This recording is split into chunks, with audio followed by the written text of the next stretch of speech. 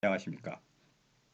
오늘은 7주차를 맞이해서 시간을 갖고 여러분들과 이제 그 같은 강의를 좀 협력적으로 진행할 생각입니다.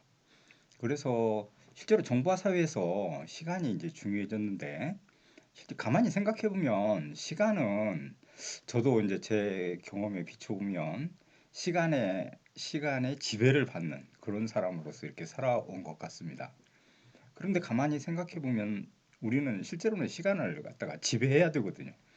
그래서 이번 시간의 주요 목표는 시간을 어떻게 지배할 것인지가 본질적인 이야기고, 그것 중에 정말 시간을 전체를 다 이렇게 해서 관리하고 아주 엄격하게 지켜서 그렇게 하면, 물론 이제 상위 1% 이쪽의 사람들은 이거 시간 관리를 엄격하게 해가지고 성공한 삶을 삽니다. 대부분. 그런데 실제로는 그 시간을 잘 관리해가지고 성공적인 삶을 산다는 건 진짜 어려운 일이거든요. 그래서 이번 강의는 이렇게 강의를 하는데, 이 강의 중에 정말 그 우리가 좀 몇 가지 거는 그렇게 알아서 숙지하고, 그거를 가능하면 좀 고쳐서 자기 인생을 도약시키는 그런 발판으로 삼아야 된다 하는 겁니다. 그래서 제가 그 강의하는 목적 중에 핵심적인 거는 시간을 갖다가 관리하고, 그럼으로써 시간을 지배해서 잉여 시간보다는 생산적인 시간으로 바꿔내는 것이 정말 그같이 필요하다 하는 겁니다.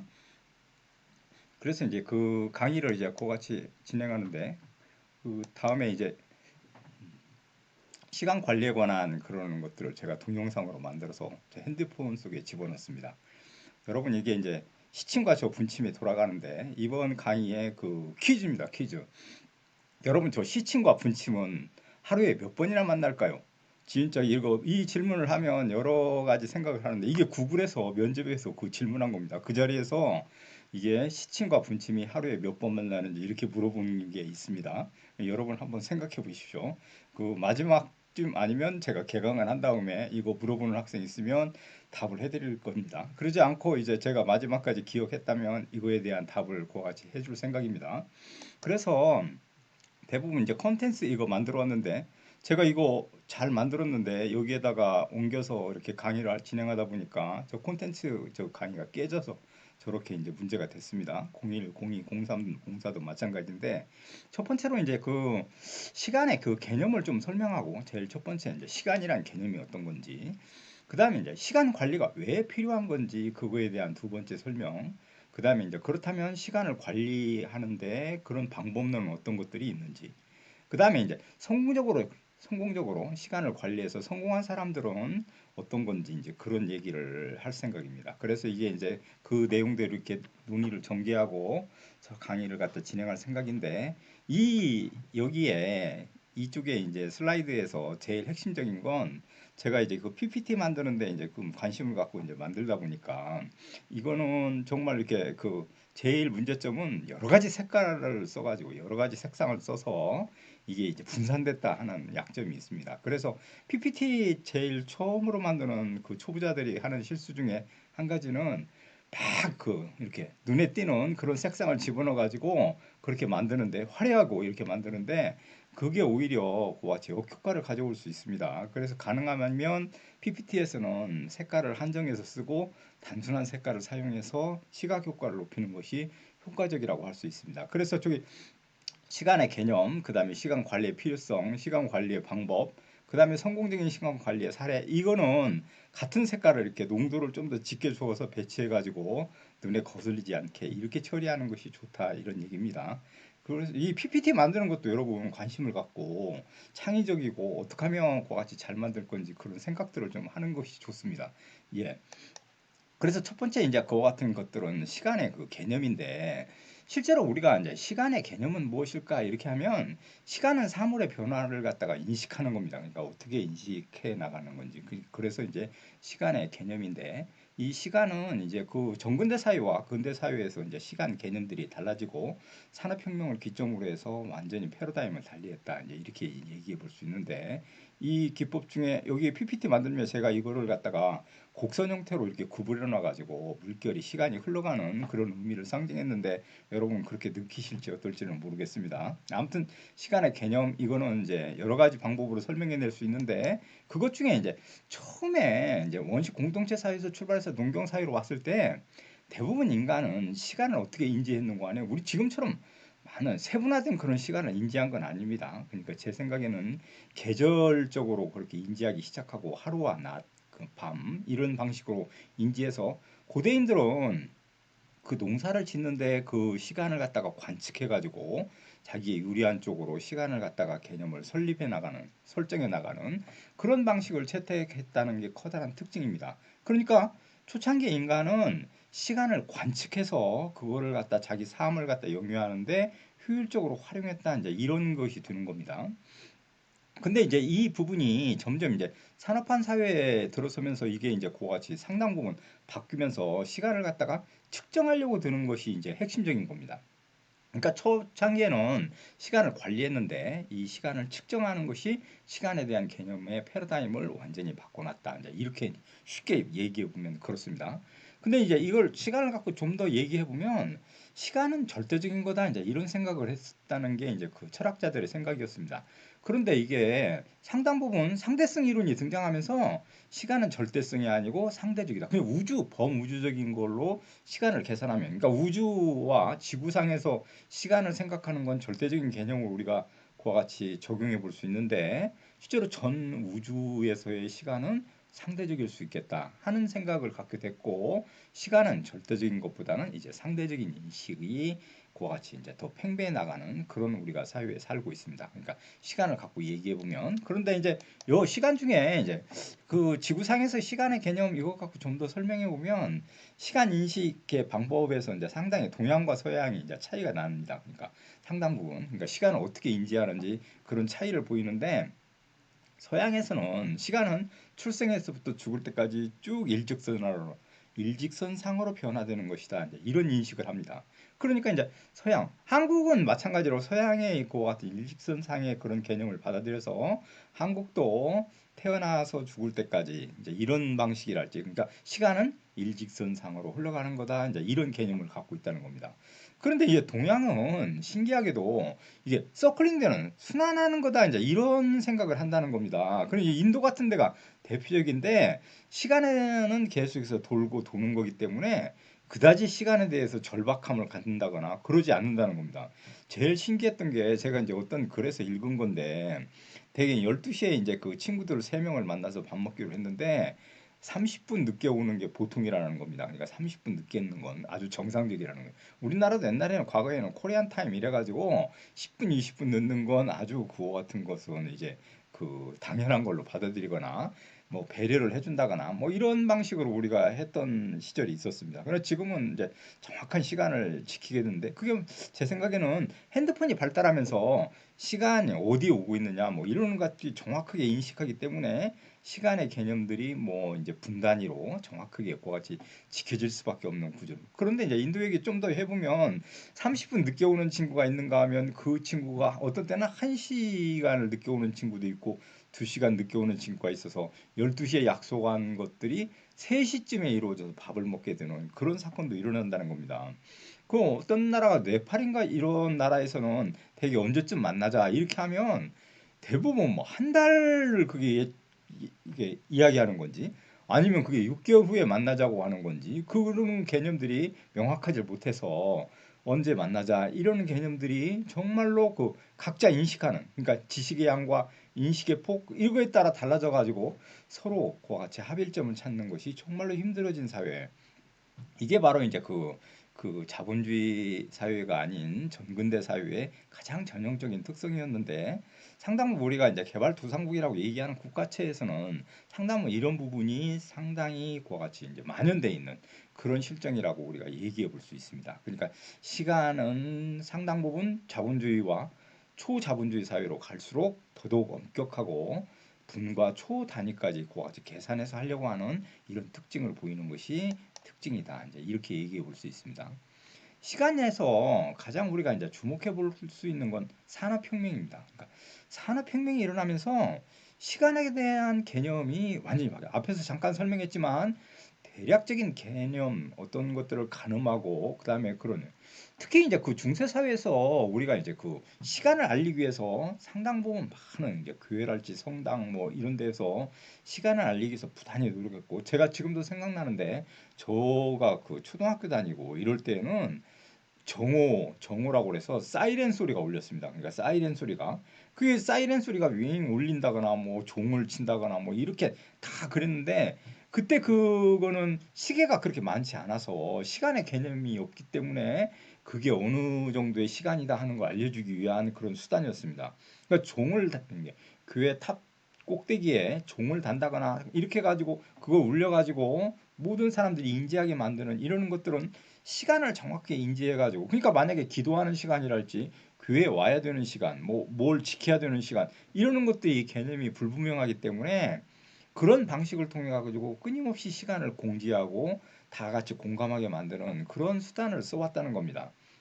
근데 산업혁명이 이제 이거에 일어나면서 인간들은 이제 시간에 대한 개념을 갖다고 같이 다르게 받아들이기 시작합니다. 그렇게 되는 건 가장 고 같은 건 산업혁명에서 철도 회사랄지 물품 회사들이 등장하면서 이 속도, 그러니까 뭐 운반하고 이러는 속도에 따라서 시간을 갖다 정확히 준수함으로써 효율성, 생산성 이런 것들이 다 달라진다.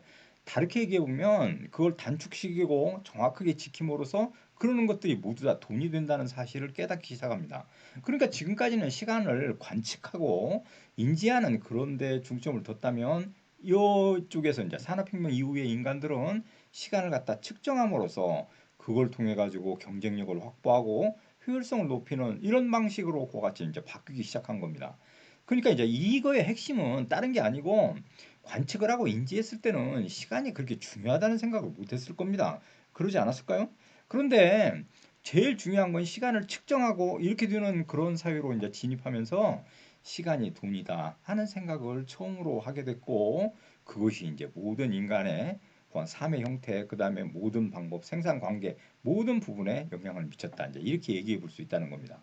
그래서 실제로 이제 가장 시간을 갖고 얘기할 때 이제 가장 혁명적인 방식으로 얘기했던 사람은 이제 엘빈 토플러라는 사람입니다. 그러니까 이제 이건 앞에서도 설명했고 제가 몇 번 소개를 했습니다. 그러니까 부의 미래 여기에서 이제 그같이 얘기했는데 엘빈 토플러는 시간의 혁명, 그다음에 두 번째 공간의 혁명, 그다음에 지식의 혁명 이 세 가지를 얘기하고 앞으로는 돈을 버는 방식에서 이 시간과 공간, 지식 이 세 가지를 갖다가 잘 하지 않으면 돈을 갖다 벌지 못하게 될 거다. 그걸 잘해야만 된다. 하는 것을 갖다 얘기했는데 여기 중에 이제 우리가 떼어내서 시간의 혁명 갖고 이제 쭉 얘기를 그같이 펼쳐 보이면 돈 버는 방식의 변화 이것 중에 개인의 시간화가 가능해졌다는 겁니다. 그러니까 이제 개인이 그 시간을 활용해 가지고 돈을 생산을 하는 데 있어서 적절하게 그같이 활용하는 방식을 체득하게 됐고 그걸 갖다 우리가 얘기할 때 개인의 시간화다. 그러니까 개인이 시간을 활용할 수 있는 것들이 이제 그 등장하고 그런 방식을 통해서 돈을 벌 수 있는 그런 사회로 이제 진입했다. 이렇게 된다는 겁니다. 점점 이제 발달해서 지금 사회에 보면 시간을 갖다가 그같이 시간에 대한 정보 가치 이런 걸 예측하는 사람이 돈도 엄청 많이 벌 수 있는 그런 사회로 진입했습니다. 그러니까 가령 예를 들면 우리가 몇 시 몇 분에 비가 온다 하는 사실 정보랄지 이런 걸 캐치하게 된다면 알게 된다면 공연을 할 것인지 그다음에 못 할 것인지 이러는 것들이 결정돼서 몇 천억이 왔다 갔다 하는 수십억이 왔다 갔다 하는 이런 과 같은 것들이 될 수 있다는 겁니다. 그 제가 요즘에 걱정되는 건 BTS가 해외에 나가서 공연해야 될 텐데 그러지 못하는 것들은 바로 이제 이 코로나 때문에 그런데 바로 이것도 이제 그런 것과 관련되어 있다고도 얘기될 수 있습니다.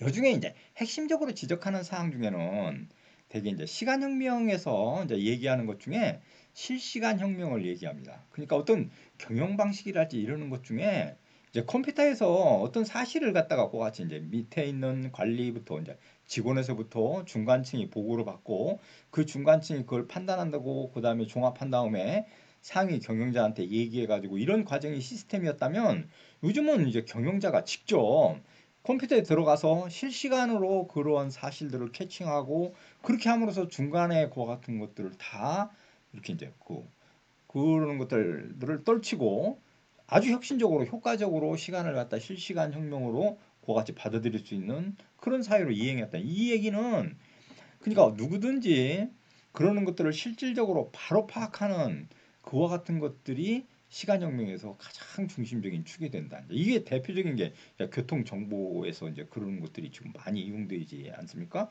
그러니까 길 안내될 때 이게 핸드폰으로도 되고 이런 방식으로 그러니까 접근성이 높아지면서 그런 부분들이 이제 돈이 되는 그와 같은 사회로 우리가 이행하고 있는데 실시간 혁명은 정말 제가 생각해도 이 실시간 혁명 중에 더 가능해지는 건 지금은 핸드폰을 통해 가지고 그걸 갖다 사진을 찍거나 이런 사회로 그렇게 이제 많이 진화돼서 발전하고 있는 중인데 앞으로는 동영상 그런 것들이 훨씬 더 발전적으로 가서 그게 한 컷 한 컷 이렇게 사진으로 되는 것보다는 그걸 동영상으로 찍어서 그걸 갖다 연속적으로 보여주는 것들이 그러니까 이제 저장 공간이랄지 저장 능력 이런 것들이 발달하면 모든 부분이 동영상으로 처리돼서 훨씬 더 실시간으로 파악하는 이런 방식에서 혁명적으로 가지 않을까 하는 생각이 지금도 벌써 이제 유튜브랄지 이런 데서는 이미 시행하고 있지만 실제로 이런 부분이 더 강화될 가능성이 높아졌다. 이렇게 얘기해 볼 수 있습니다. 여기 중에 이제 그 재밌는 사실은 실제로는 재밌는 건 이제 이런 겁니다.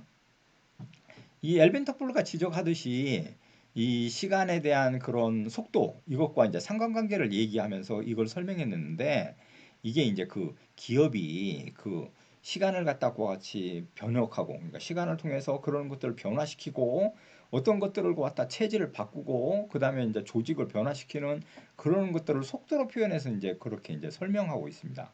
기업 같은 경우는 100km로 달려나간다. 변화의 속도를 보면 시민 단체가 한 90km로 지금 달리고 있는 상태다. 이렇게 얘기하고 이 우리가 살고 있는 가족들은 60km로 그같이 변화의 속도에 적응하고 있다. 이제 이렇게 얘기한 노동조합 같은 경우는 30km, 정부가 25km 정도 들고 공교육 그러니까 교육에서 약 10km 정도로 그렇게 달리는 변화 속도가 그다음에 이제 정치 조직은 뭐 한 3km 정도 달리고 최고로 그와 같이 이제 늦게 그와 같이 변화 과정을 보이는 건 되게 법이다. 이제 이렇게 이제 얘기하고 있습니다. 그래서 이제 이 변화의 속도는 그러니까 우리가 이게 지체 현상이라고 하는데 기업은 저런 빠른 속도로 변화하는데 기업 그다음에 이제 법이랄지 정부 이런 것들이 따라가지 못해서 지체 현상이 일어나고 그러는 것들이 사회의 부조화 현상으로 일어나는데 이거 중에 가장 대표적인 걸 우리가 생각해 보면 비동시화 그러니까 비동조화라고 우리가 얘기할 수 있습니다. 그 동조화에 대한 부분은 이제 그 좀 얘기해 보면 이거는 이제 여기서 핵심적인 사항은 제가 얘기하는 건 지체 현상입니다. 그러니까 기업 같은 경우는 저렇게 빠른 조직력과 변화 과정을 보이는데 실제로 교육이랄지 이런 부분에서는 아주 느린 속도로 그와 같이 변화를 보이고 있고 그런 것들을 갖다 따라가지 못하는 그러한 상태를 보여준다. 이제 지금의 이제 코로나 전 단계 BC 그러니까 코로나 비포 코로나 이래가지고 BC라고 얘기할 수 있는데 그 전 단계에는 그 강의도 그렇습니다. 강의도 실제로 그런 부분에서는 기존의 방식을 그대로 유지해서 변화의 속도랄지 이러는 것들을 거의 감지하지 못했는데 코로나가 오면서 지금 이게 동영상 강의로 다 돌아서게 되니까 여기에서 그 PPT 작성하고 그래 효율적으로 그 자기 지식을 전달하는 방식에도 아마 교수님들이 대부분 적응하지 못하는 교수님들이 엄청 있을 거라고 생각해요. 저도 이제 그 잘 적응을 못해서 뭐 여러 가지 문제를 일으키고 있는 중인데 그래도 상당 부분 이제 하려고 저는 노력 중인데 그러지 못하는 경우도 은근히 많아질 수 있다. 이제 이러는 것들이 비동조화의 문제고 이것이 심각한 거다. 이제 이렇게 얘기될 수 있는데 그 시간에서 가장 중요한 요소가 동조화입니다. 동조화. 그러니까 동조화라는 건 그렇게 서로 밀접돼 관련돼 있는 것들이 그 한 방향으로 똑같이 움직이는 그 같은 상태 뭐 그런 것들을 동조화라고 합니다. 쉽게 얘기해 보면 우리가 수능 시험을 언제 몇 시에 며칠에 그다음 몇 시에 언제까지 본다. 이런 사실이 동조 전체 국민들 한국의 시민들이 모두 다 인지하고 모두 인지하는 건 아니지만 적어도 인지하고 그게 동조화시켜서 똑같이 그러니까 비행기도 안 뜨고 그때는 뭐 여러 가지 뭐 그런 제약을 주는 거 아닙니까? 그런 것들을 동조화라고 하고 이 동조화 문제가 잘 갖춰져야만 국가가 경제적으로 발전할 수 있는 그러니까 한국 같은 경우는 대개 이제 5천만 인구를 갖고 있고 실제로 공감 능력이 뛰어나다는 건 이 시간의 동조화에서도 우리가 어느 정도 목표를 달성해서 그런 것들을 하게 된다고 얘기할 수 있습니다. 이 동조와 마찬가지로 아웃사이더 좀 얘기지만 표준화라는 게 있습니다. 그러니까 중국 같은 경우는 너무 나라가 그러니까 넓고 이래서 실제로 이제 그 어떤 나사를 갖다 우리가 예를 들어 설명해 보면 어떤 나사에 약 1mm를 기준으로 해가지고 그걸 깎는다 이러는데 그 1mm라는 단어가 어디에서는 몇 척 뭐 그렇게 다 척으로 한다거나 몇 자 뭐 이런 방식으로 다 달라가지고 그 1mm가 통일이 안 돼서 그 나사는 그 지역에서만 쓰이고 전체가 쓰이지 못하는 이런 현상이 일어난다는 겁니다. 이러는 것들을 이제 표준화 문제라고 하는데 이 부분도 실제로는 동조와 마찬가지로 그렇게 관련되어 있습니다. 아, 죄송합니다. 이 비동조와 그 자원 낭비 이거의 대표적인 것이 이제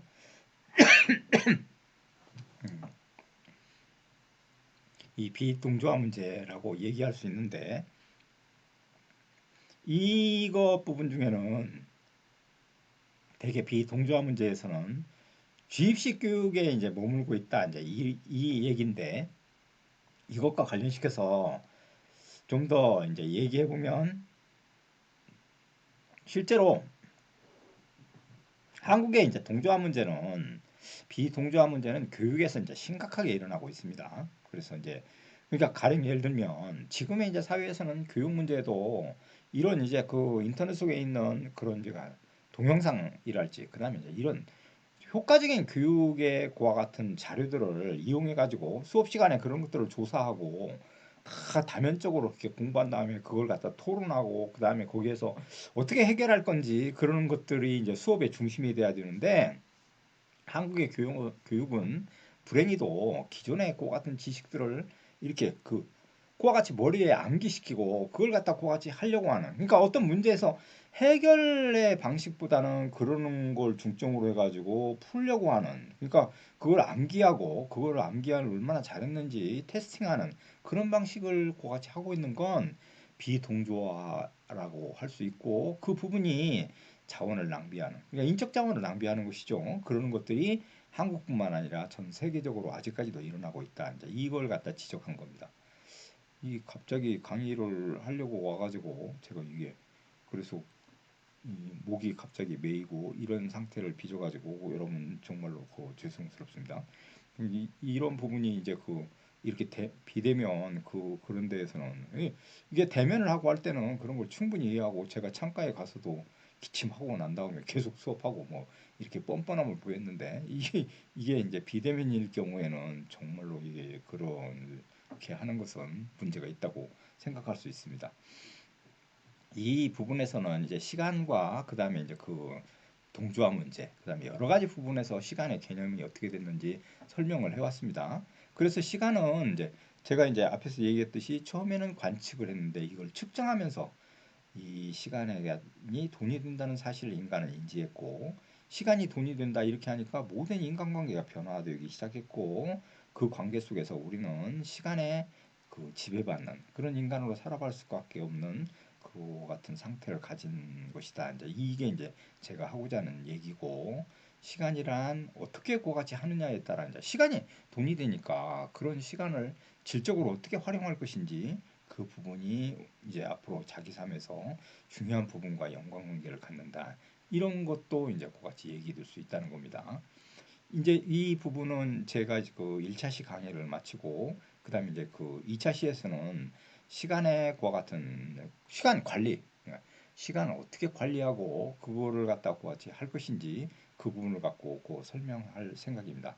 여러분 제 1차 시 강의에 그 기침도 하고 목이 메이는 이런 아주 이상한 장면을 보여드려서 죄송하게 생각합니다. 저는 지금 7주차 그 강의를 찍고 있는데 가능하면 빨리 이제 만나서 대면으로 해서 강의를 진행할 생각입니다.